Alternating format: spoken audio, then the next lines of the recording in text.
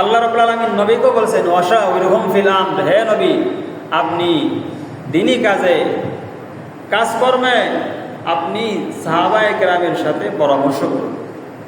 ফাইজা আযামতা ফাতাওয়াক্কাল আলাল্লাহ, যখন পরামর্শ করার পরে কোনো কাজ করার ব্যাপারে সিদ্ধান্ত নেবেন তো তখন আপনি আল্লাহর উপর ভরসা করে সেই কাজ করবেন।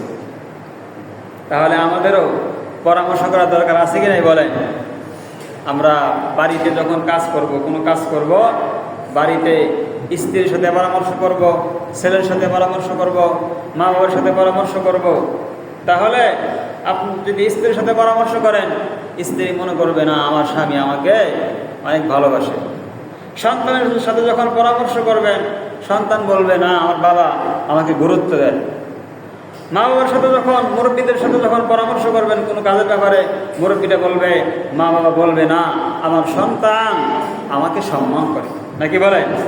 আর আপনি যদি একাই 100, কোনো পরামর্শ নাই, একাই কাজ করলেন, তখন কিন্তু কাজটা যদি আপনি খারাপ করে ফেলেন, পরামর্শ করেন নাই, আপনার কাজে ভুল হয়ে গেছে, তাহলে তখন সবাই বলবে একাই তো তুমি মাতবাড়ি করো, হ্যাঁ আমাদের কাছে শোনা নাই জানা নাই, তুমি এই কাজটা করলে, আমাদের কাছে জানছো শুনছো, বলবে কি বলবে না বলেন?